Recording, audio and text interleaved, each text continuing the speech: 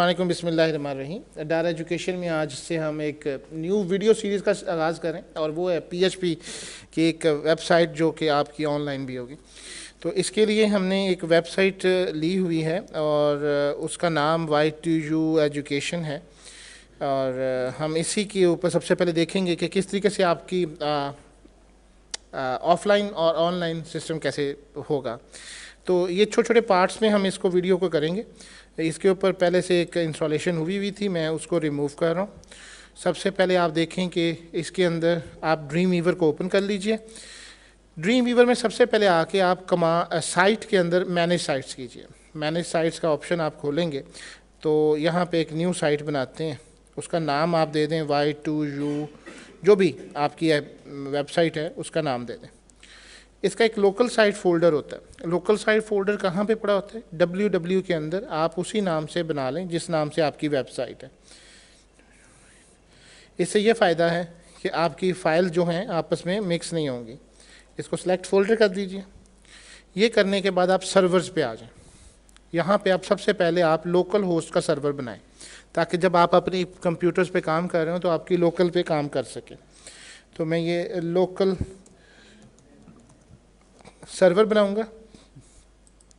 Next इसके अंदर से लोकल नेटवर्क देंगे। इसको सर्वर फोल्डर सेलेक्ट करेंगे तो ये वही www.y2u एजुकेशन के नाम से ही होगा। इसको सेलेक्ट कर दीजिए। नीचे आके URL दीजिए and check it out local host and वही नाम आपने देना है, लेकिन आप इसमें आपकी बैकस्लैश आएगी, वही नाम दीजिए जो आपका ऊपर है Y2U edu। सही है ये जी। यहाँ पे आएगा तो आपके पास एक और न्यू ऑप्शन आएगी कि लेट्स सपोज टेस्ट करें। रिमोट सर्वर है और आपका टेस्टिंग सर्वर है। आप इसको काइंडली टेस्टिंग सर्वर कर दीजिए। इसको आप सेव कीजिए और डन कर दीजिए। ये आपके कुछ फाइल्स यहाँ पे आपके स्ट्रक्चर आ जाएंगे। लेकिन अभी ये काम ख़त्म नहीं है। यहाँ पे मेरी इंस्टॉलेशन रिमूव हो चुकी है और मैं अपने यहाँ पे जो आपका कंट्रोल पैनल लिया हुआ है जहाँ से आपने साइट ली है, आप उसके सी पैनल में आएंगे। तो सी पैनल में आने के बाद सबसे पहले आप काम यहाँ पे अपना डाटाबेस बनाने का करेंगे। बेसिकली गलती आपकी ये होती है कि आप नीचे और आपकी ऊपर फाइल जो होती हैं उनके डाटाबेसेस आप गलत बना देते हैं। आप उसकी कनेक्टिविटी आप नीचे बनाते हैं और फिर बाद में वो ऊपर वर्किंग करने शुरू हो जाती है। तो इस वजह से ये आपके पास वर्किंग आती है। हमने इसके अंदर अपनी वेबसाइट के जो है वो लॉगिन कर रहे हैं।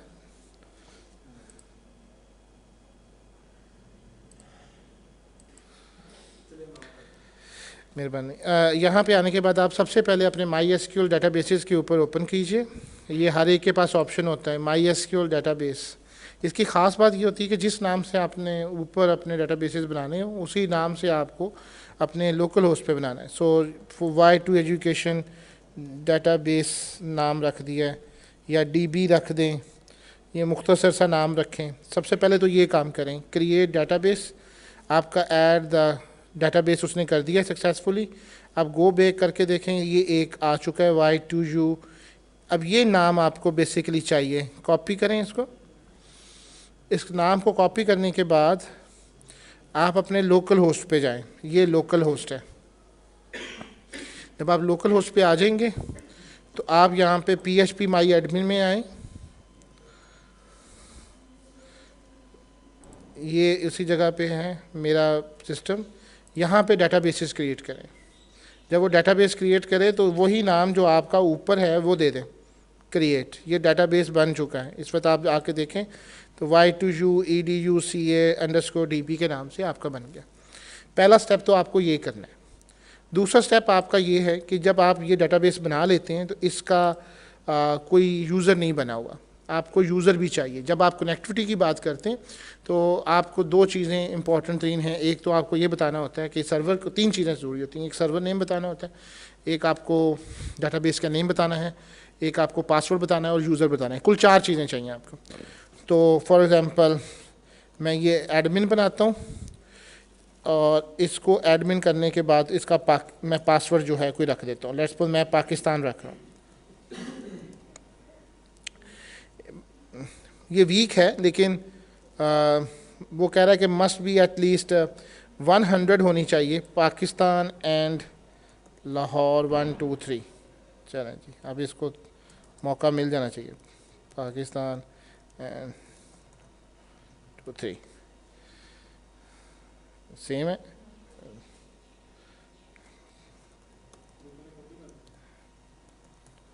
कभी भी कॉपी मत कीजिए, इसका क्रिएट यूज़र कर दें।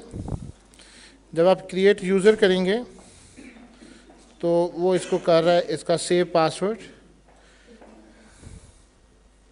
And go back. अब यहाँ पे एक यूज़र भी आ चुका है, जिस तरह आपने किया है बिल्कुल सेम। अब आप यहाँ से आएँ और लोकल होस्ट में भी एक आने के बाद यूज़र्स पे आएँ, यहाँ पे आपके पास ऐड यूज़र करें और अब उसका वही यूज़र नेम दें जो आपने दिया है और इसको आप लोकल होस्ट कर दें। यानी जो काम आपने वेबसाइट के ऊपर करना है, आप ऑनलाइन करना है, वही आपने नीचे उसी नाम से बनाने। मैं पासवर्ड भी सेम रख रहा हूँ।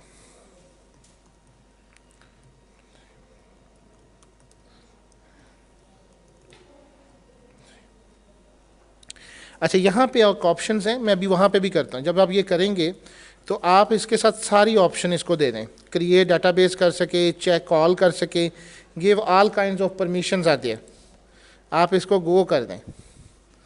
You have added a new user, check it out, ये एडमिन आपका ये बन चुका है। अभी आपकी जो आपकी अपर वेबसाइट है, ऑनलाइन वेबसाइट है, उसमें आपने बेशक ये क्रिएट कर दिया है, लेकिन आपने इसके जो हैं राइट्स हैं वो आपने इसको मार्क नहीं किए हैं। यहाँ से ऐड करवाएं, तो जब ऐड करवाएंगे तो आपके सामने उसी तरह से एडमिन की सारी लिस्ट यहाँ पे ओपन हो जाएगी। ये ऑल प्रिविलेजेस दे दें, मेक चेंजेस कर दें, तो ये आपका जो यूज़र है उसको ऑल काइंड ऑफ प्रिविलेजेस मिल जाएंगे। So this is the method by which you can do that, कि आप किस तरह से अपनी पहले कन्फिग्रेशन सेटिंग करते हैं। ये कन्फिग्रेशन सेटिंग नहीं होंगी तो आप जितना मर्जी जोर लगा लें, आपकी वेबसाइट के ऊपर आपकी फ़ाइल्स रन नहीं होंगी। अब दूसरा काम ये होने के बाद, अभी हमारा काम यहाँ पे ख़त्म नहीं हुआ, अभी हमें इसके ऊपर अपनी कन्फिग्रेशन सर्वर साइड स्क्रिप्टिंग की चलानी है।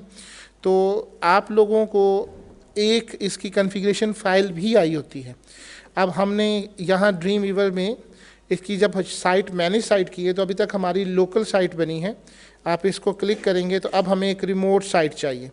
रिमोट साइट का मतलब है कि जब आप यहाँ से फाइल्स को भेजें तो ये अपर पे चली जाएँ।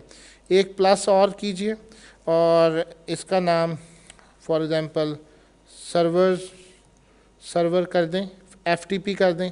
अब बेसिकली आपको ये एक FTP जो है ना एड्रेस आपको भेजा होगा।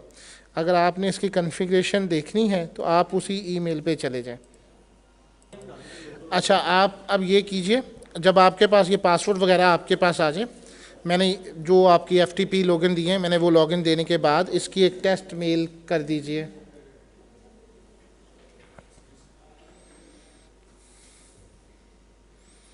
मैं इसको क्लोज कर देता हूँ। Dream weaver connected to your website successfully, आपकी रिमोट एरियाज़ पे भी कनेक्ट हो गई है। जब आपका ये मैसेज आ जाए इसके मतलब है कि आपकी सारी कॉन्फ़िगरेशंस आपके साथ ओके हैं। अब ये आपके 2 सर्वर्स जिसके साथ कनेक्टेड होने, आप इसको सेव कर दीजिए। Done, thank you very much, अल्लाह हाफिज़। इंशाल्लाह इन द नेक्स्ट लेक्चर में हम इसको डिस्कशन करेंगे कि किस